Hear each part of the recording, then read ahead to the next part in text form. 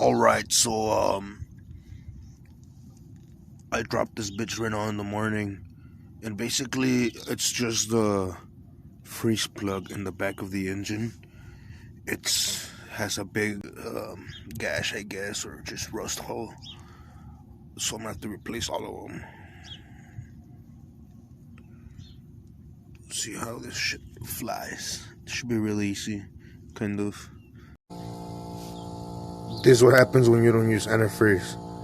You just run water and boom.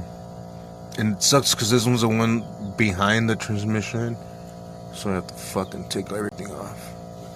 One down, like a fucking sajillion ones to go.